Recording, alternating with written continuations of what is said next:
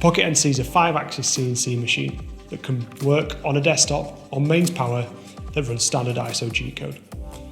The machine was inspired by the Freedom 3D printers brought to prototyping, and the Pocket NC aims to do the same for CNC work.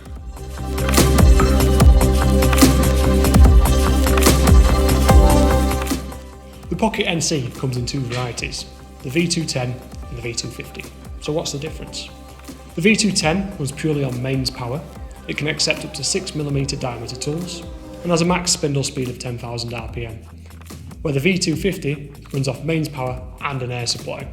So it can accept 4mm diameter tools because the collet's slightly different, but it does have a maximum spindle speed of 50,000 RPM, which is slightly higher.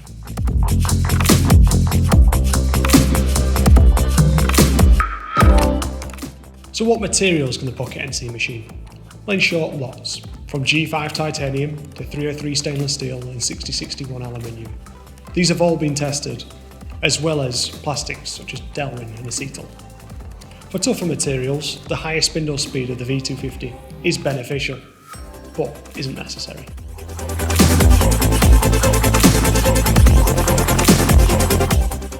Well, each machine gets tested for repeatability and quality, and a report gets sent to you with the machine.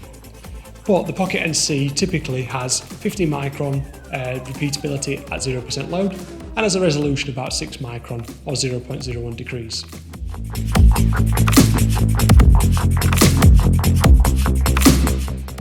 So a question I get asked a lot is, how long does it take to machine the knight?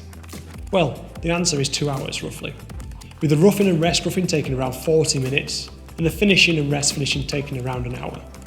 But bearing in mind with the finishing, this is done at 0.07mm step over and on a 1mm bore nose.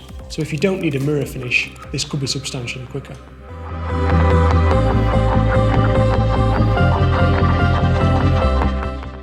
Another question I get asked a lot is, how long does it take to set up the machine? It shouldn't take long at all. To set up the machine roughly takes about 5 minutes in my experience. All you have to do is locate your stock, load the tool, measure the length of the tool probe and load your program, and away you go.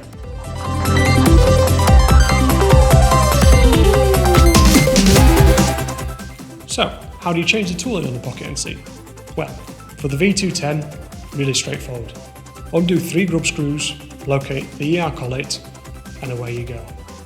For the V250, it's slightly different.